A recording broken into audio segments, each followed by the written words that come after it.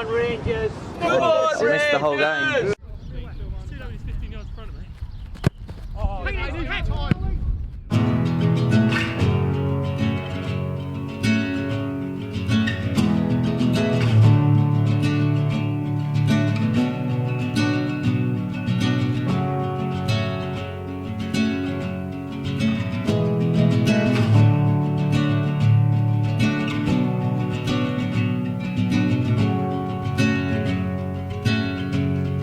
And I was waiting in the undertow, said a drip fell away like balls, unaware where my heart would flow.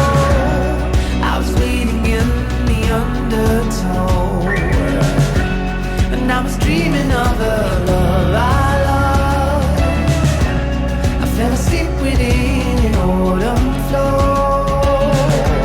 I never knew I drove so far from home, while I was waiting in the undertow.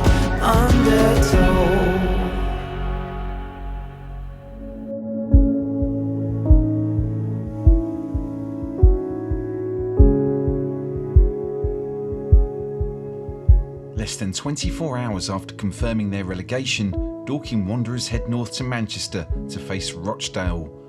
Every player in the squad is expected to attend the Friday night team meeting up there, where Marc has a presentation planned so that he can help the players understand what happened across the season and what led to their eventual failure. And while we are employing sad music here, there's little point, because Marc White just can't be sad for very long. We're going to have to ask him to turn the music down, though. This is opposite sort of music. This got a couple of girls, a couple of ladies.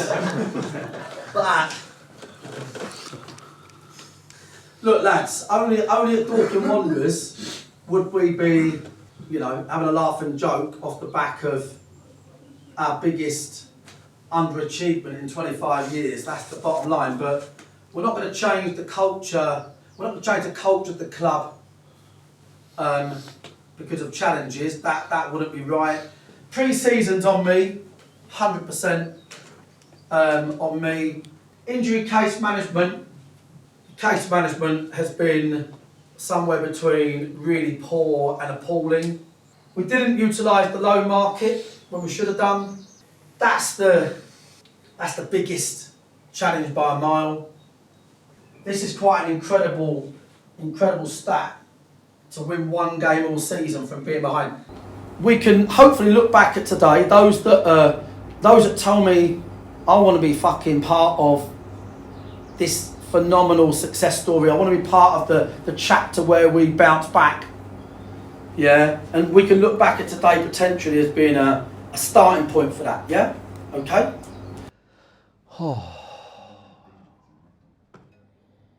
My managerial career is fucked based on John's coaching style compared to mine. I've always tried to be a cross between sort of Saddam Hussein.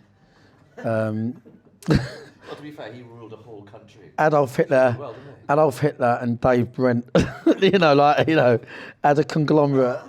Any feedback or opinions, please? Let's get it out on the data we went through, where we took shared responsibility and pinned a bit on them and all the rest of it. Anyone disagree, compound it, whatever? It's like the leadership and the mentality piece. If one goes in, actually two goes in. Therefore, makes it doubly difficult to get a result. I've got the data for... It's essentially last 15 minutes of the first half, last 15 minutes of the second half is 50% of our goals. No, on the data, no. Just like I think I said before, I'd like to see it compared to other squads, and then that would be the one that could put players in. Then they'd be like that. Obviously, is on the face of it visually like wow, it's a lot. Last scenario. You say we're going to 3 days, and you get Pryor and McShane say, I couldn't do that, so I need to get a new club. Do you A, say, okay, cool, move forward? Or B, do you accommodate, win the league, and then work it out? and communicated to the lads, say, listen, I'll be frank with you, I've objected to win the league. He can only do 2 out of 3 days, and we think we're going to win the league with him, and that's just where it is. And if we win the league next year, it won't be like that, but that's what we've got to do, you know. So A or B. You can't have A&a. Do you know what's really super good? Is that everybody here now knows the dilemma, and you'll probably wake up fresh eyes or a few days on it, and you'll chew the fat and go, yeah, actually, do you know what? B. No, but seriously. Like, because once we're up and running with the model, the full time, we're up and running, we can build our own core. It's just, do you want to gamble on what it takes to get that, rather than go for a bit more automatic plug-in, do you know what I mean? Right, get some other ice. I don't think I've ever been anywhere where I've run out of vodka.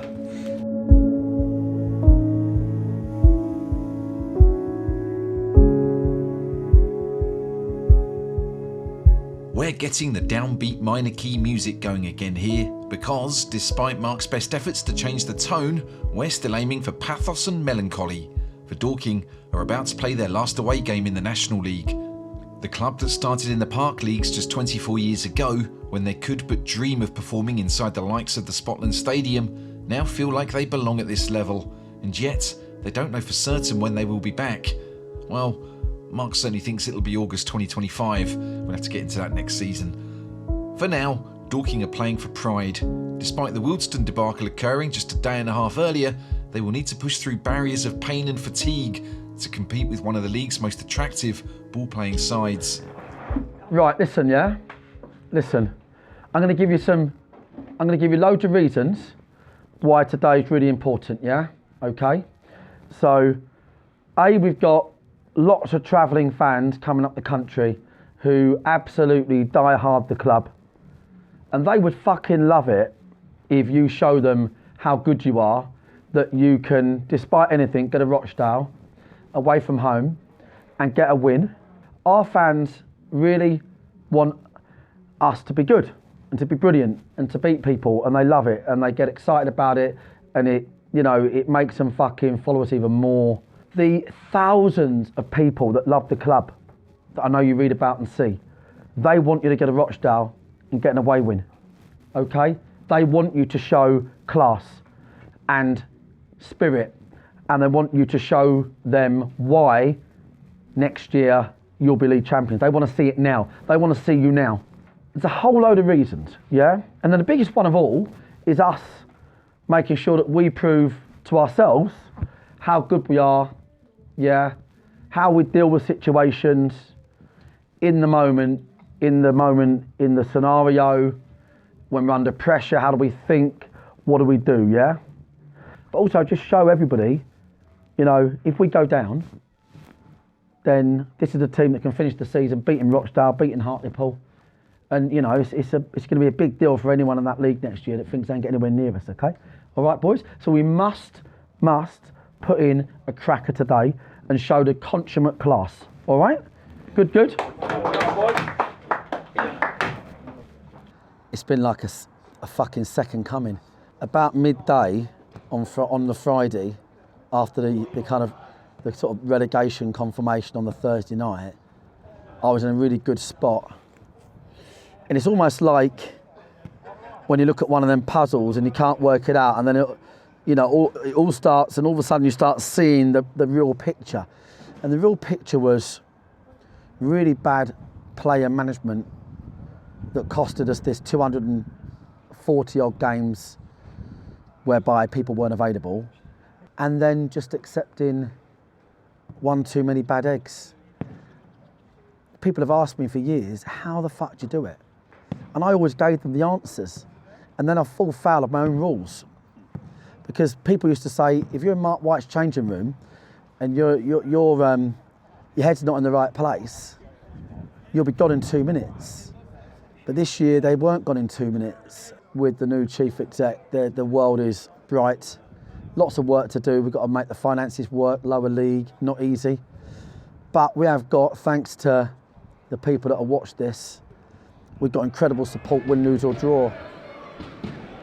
Rochdale are sitting in mid-table, 12 points outside of the playoff places, and yet they're a team on the up, with a decent mix of youth and experience in a side well drilled in keeping the ball and playing teams off the park.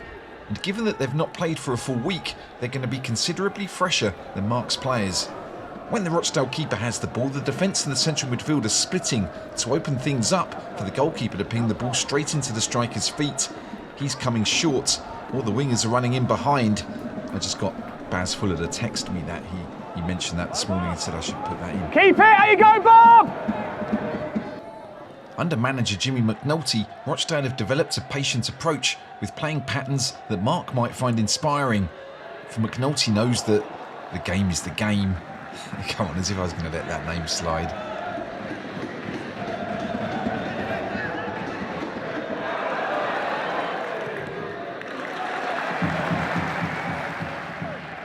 The Dale are playing in Dorking's half, and yet the Wanderers' defence is standing firm, and it's not giving the home side much opportunity to test Wanderers legend Slav Huck in goal.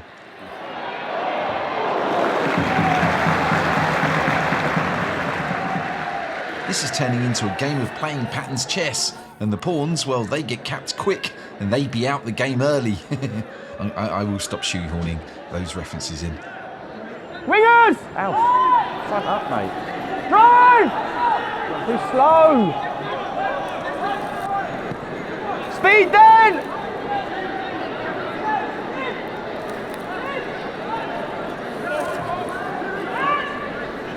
Drive! Drive! Killy, stay there! Look at transfer Baz if we can. In spite of everything they've been through, Wanderers are beginning to play the ball around in the way we know they can, as they look to beat the Dale at their own game. Forward, Josh, for fuck's sake!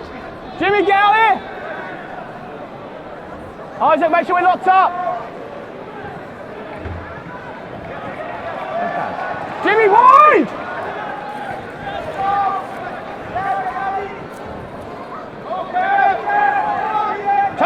Turn! Josh, forward! Good run, Jim. Good run, Charlie.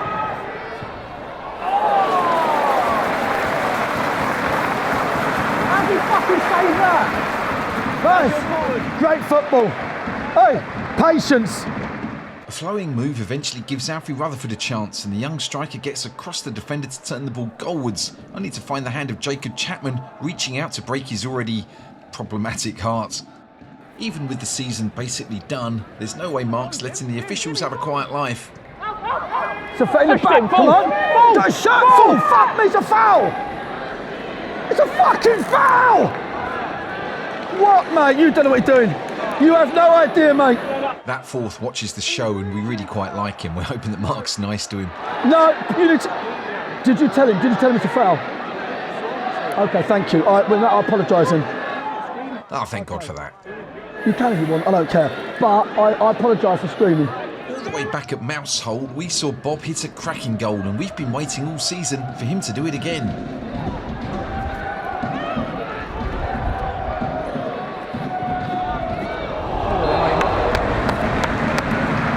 How's going in with it? Jukes, crossbar in? Huh? Crossbar in? Keeper should have saved it. Yeah, straight at it, but I think he's going to get the crossbar in. Bob unleashes a drive that forces Chapman into another save. Even though Coach Dukes played it down, it's the best effort of the game so far. Right at the end of the half, Rochdale finally turned their neat play into a goal-scoring opportunity. Shoulders, Baz!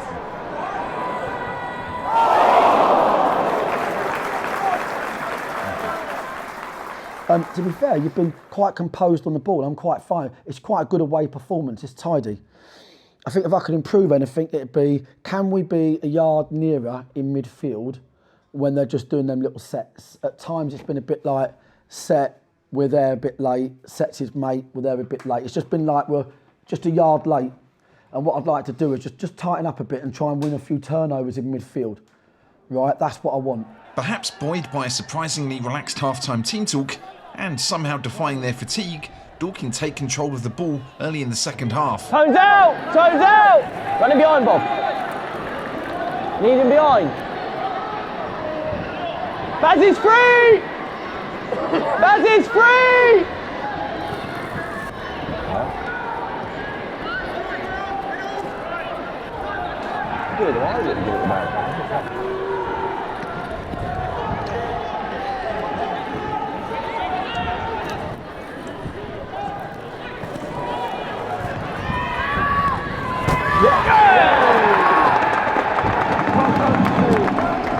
A disappointingly subdued reaction from the bench is countered by the joy felt in the away section, and indeed on the pitch, as Charlie Carter gives Wanderers a deserved lead.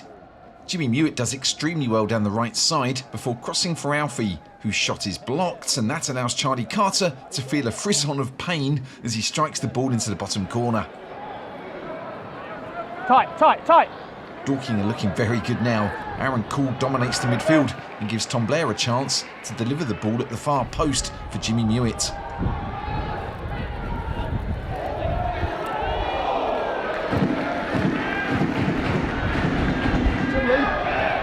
Lemo, wants you. Jimmy's feeling pretty good about life right now, although that might not last if he doesn't spot Barry Fuller on the overlap. Oh, mate. Jim.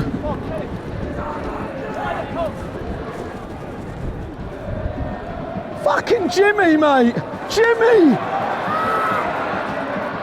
Coming back inside and playing to his CDM, Jim might have allowed Rochdale to get back in, which is arguably at the root of Rochdale's counter. Jim really doesn't want me to say that.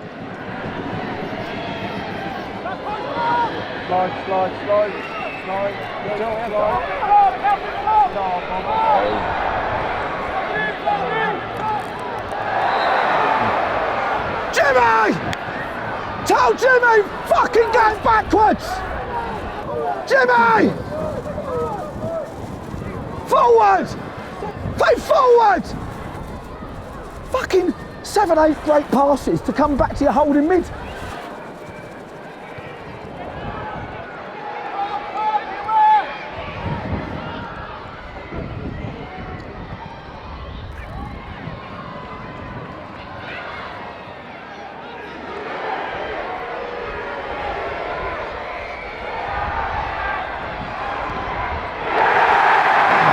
Shit!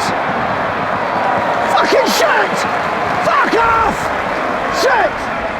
Now, Jimmy might, and let's be honest here, has argued that quite a lot happened after he passed to Aaron Cool, who, Jimmy would also like to point out, was calling for the ball, and yet Mark does have a point. The phase of play that ultimately leads to Devontae Rodney scoring all started with Jimmy passing backwards. So, you're trying to work a ball here, where you've already got it there.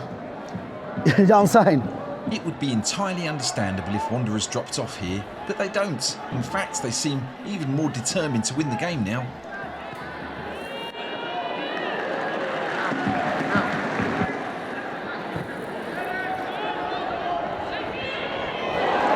That's a great header there, Tone.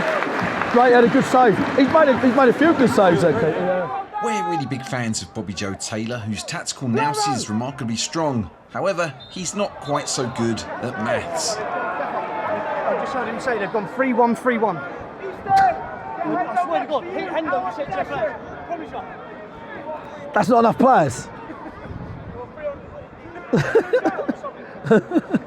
He said they've gone 3-1, 3-1, and I'm like, that's 8 players, Bob. 3-1, 3-1.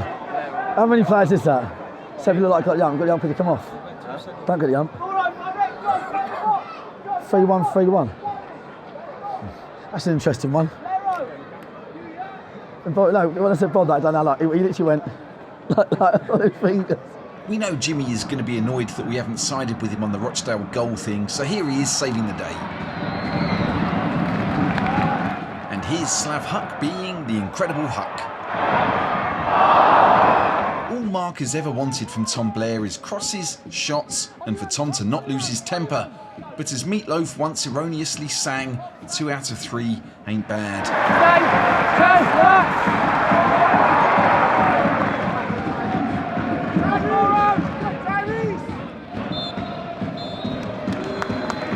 Cheers, mate. Good luck, mate. Good luck. Good luck, mate. Cheers, pal. Thanks, mate. Cheers, mate. Cheers, mate. Cheers, boys. Thank you, mate.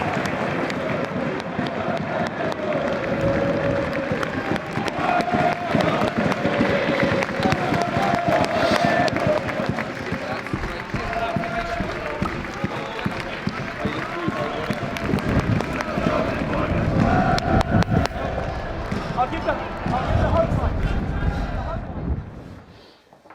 Yeah, well done. You're there, yeah? Dan, good to see you being really neat and tidy there, mate. We fucking, missed that. Obviously, what we spoke about, yeah? Bob, what's wrong, mate? You're just fucking sitting there like, fucking, just don't do it, Bob, mate. You're not fucking dying. It's fucking unbelievable. You all right, Bob?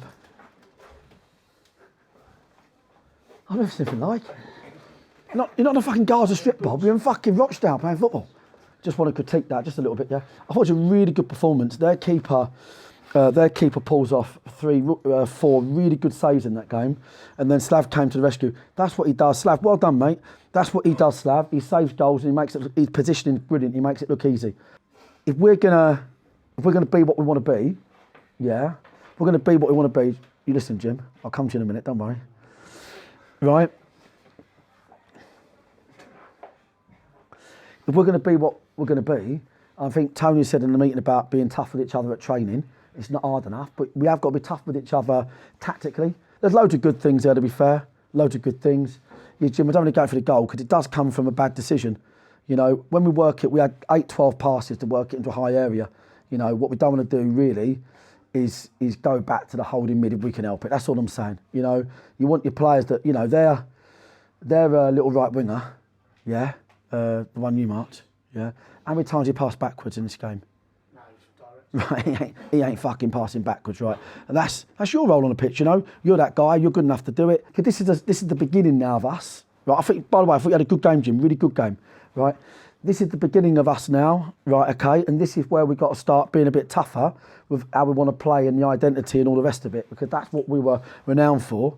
And I do think the National League sometimes, because you chase results in this league, and it's a tough league, sometimes you can come away from your foundations and just be happy to be in games, or just to try and maybe be a bit more safe. And a point away from home here, they don't lose many games here at all. They're a really sound team for this division. Yeah, both goalies made equal good saves, and I thought it was actually not a bad performance. Yeah. All right, boys. Well done. Good point. Really good. Well done.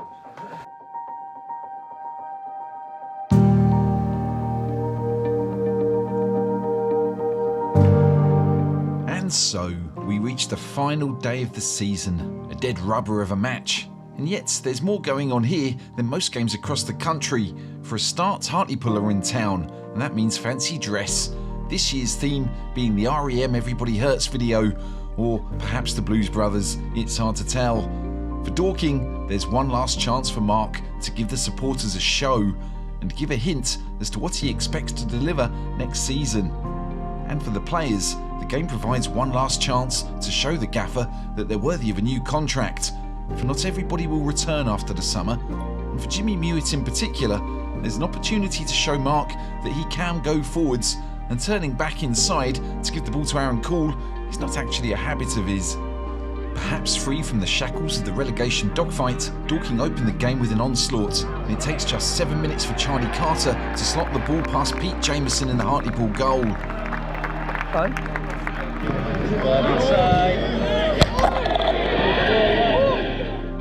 If what follows surprises you, then perhaps you haven't been paying attention during this ridiculously long episode. For Hartlepool take just 4 minutes to respond, with Dia Saruwe finding enough space in the box to fire into the top corner of the Dorking goal. Less than a minute later, a neat move leads Joe Gray to play the ball across the goal face, where Baz Fuller ends up clearing the ball into his own net. And Dorking season gets back onto the track they've been so desperate to get off. In a reverse of last week's Rochdale goal incident, Baz elects to play the ball inside, rather than to the underlapping Jimmy Mewett, and the outcome is basically the same. Go on, give him! Oh, Baz, mate. Oh, mate. Start walking football, mate.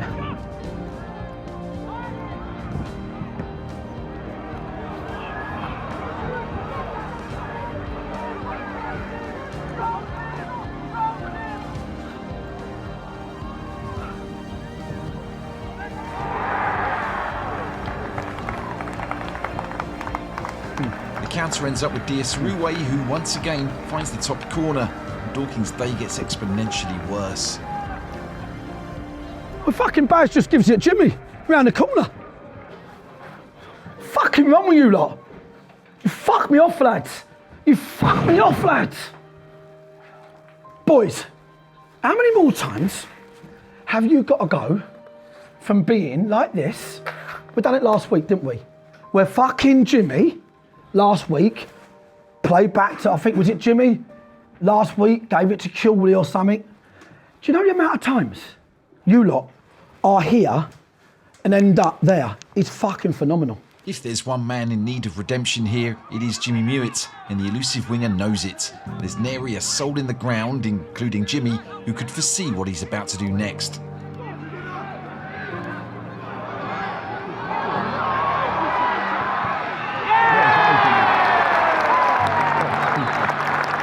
Great goal. That's my half-time team talk, all in one go. Jimmy sets off on a run like a latter-day Paul Mortimer, tearing through the Hartlepool defence as if they were Norwich City circa 1988.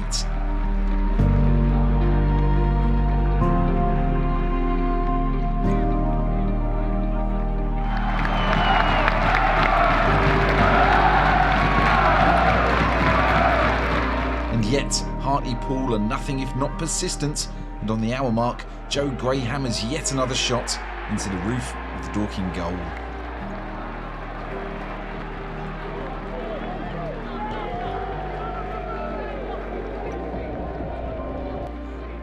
Still, Jimmy Mewett is not done yet. With the help of Alfie Rutherford and Josh Taylor, the flying Quaver drags his side back into the match once more.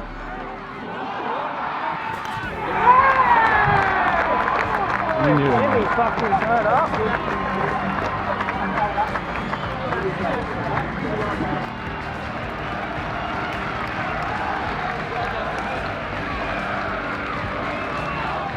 Dorking are desperate to rescue a consolation point, and Pete Jameson will do anything to stop them. First he saves from Charlie Carter, and then he stops Alfie Rutherford.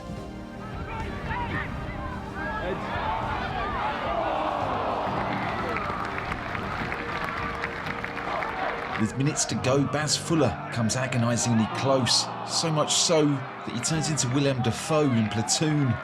What a chance that is. Clearly irritated by Jameson's heroic safe hand solo, asserts his goalkeeping dominance with a flying save from danger man Joe Gray's 20-yard effort.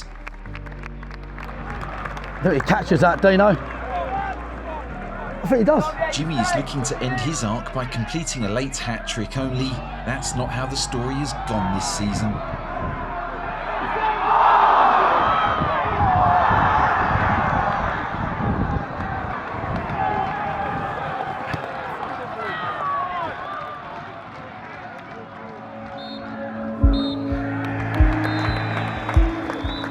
Kev, good luck next season, mate. Cheers, mate. Cheers, boys. We've outplayed them. I won't worry about it now. But boys in. Josh, Tone, we just got to do the right bits here now. We are where we are. We've got to start that end. Listen to me. We're a product. You cannot walk around here now looking depressed. You're going to fucking upset me. Right? You've got to fucking find a bit of resolve to walk around and say thank you to about fucking 1,000 people. Right? And don't fucking look like you don't want to be there or I'll fucking fall out with you. Right, okay? I'm not going to fucking post-mortem the game. We've slaughtered them and lost 4-3. That's where we are. Right, I would say half of you start that end, walk round that way, yeah? And the other half come with me this end. All right, let's go. Let's go. Go. Josh, come on.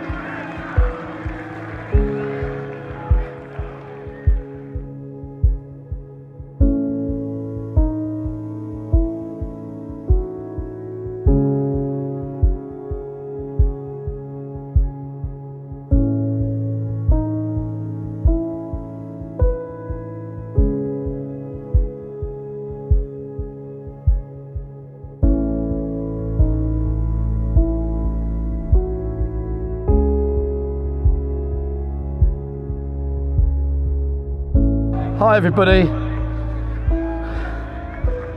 I mean, the things you have to do to get a 13th promotion. I'm not often lost for words, but our support is incredible, and I appreciate it, and the club does, and the players do massively. You know, for me it's important when you support a team, you support the good times, the bad times. That's what you do. That's what makes a good club a great club.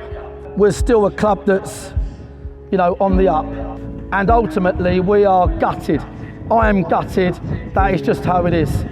But I'll say one thing, you know, we've not done bad. You know, for a club that come from the big field Brockham with no supporters, no kit, no pitch, to be playing live on television and for the whole nation to know who we are. That's what I'd say.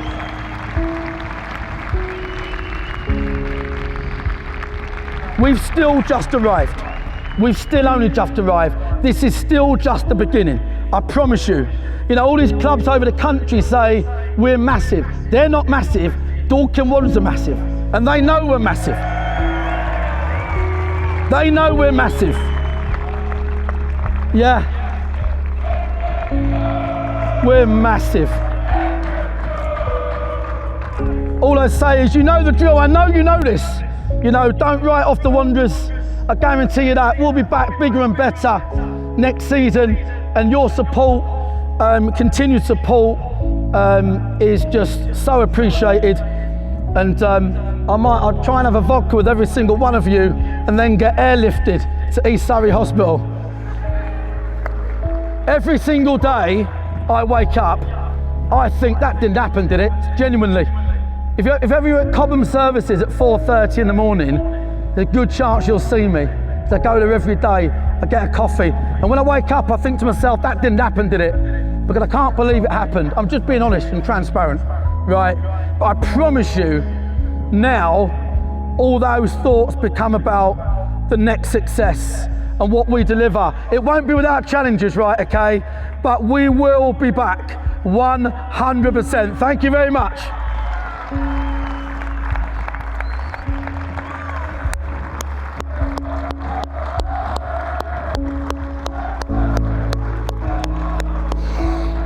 Right, lads, get changed. No, not yet, actually. I haven't spoken to the gaffer yet. I think we were just obviously getting the season finished. And I guess over the next few days, next weeks, whatever, we'll be having conversations. I think we're in talks for next year.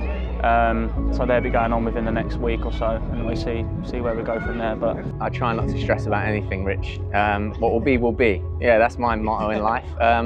No, to be honest, I've been doing this. I was talking to my missus last night, and we were saying that this is my sixth. Like when I was 16 years old, I went into full-time football. I'm 34 now, so it's 18 years of doing this. And yeah, every year it's the same thing. Every year is your sort of wondering what's going on. You're not sure what's going to be happening next season. Yeah, I've spoken to him. Yeah, I would love to be here next year, and he's put something on the table which works for me. So yeah, I'll be here.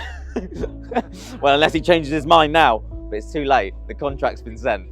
I mean, I don't think it'll be an easy league. Definitely, like I think with first time of us getting out of it was we pretty much won every game, 14 games on the bounce, and still didn't win the league. So I think it's going to be a competitive league. I think there's a lot of decent teams down there as well. So I don't think it's a given. So we've got to prepare like it's similar to how we try and prepare for this league. Broken foot, Seb Barman spent all week doing a 22-man squad for next year, and then we've lost a player to a broken foot, which was obviously just indicative of the whole season.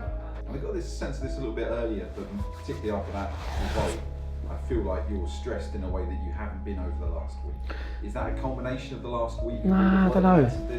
I'm all right. No, I'm all right now. To be fair, I think maybe we've forgotten what made me so. Maybe we've forgotten what made the Dorking Wanderers so good. The high standards. I think maybe I've let standards slip, and today I wasn't allowing anyone any. I've got to be honest about that. I wasn't allowing anybody any small margins. But it's a bit fucking late last game of the season. You know, like, maybe I wasn't like it because we didn't really have a wealth of players. We're just putting 12 or 13 players out every single week. So therefore, you need to motivate boys. You can't just take them in and out of the team.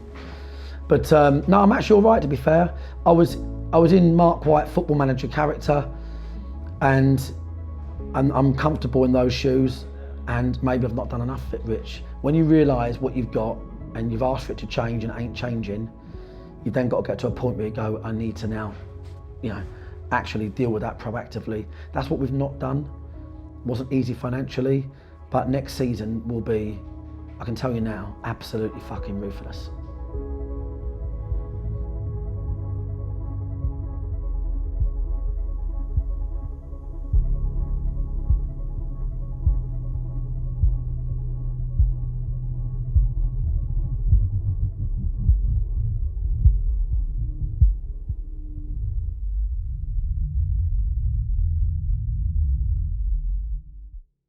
Well, there it is. The story is over.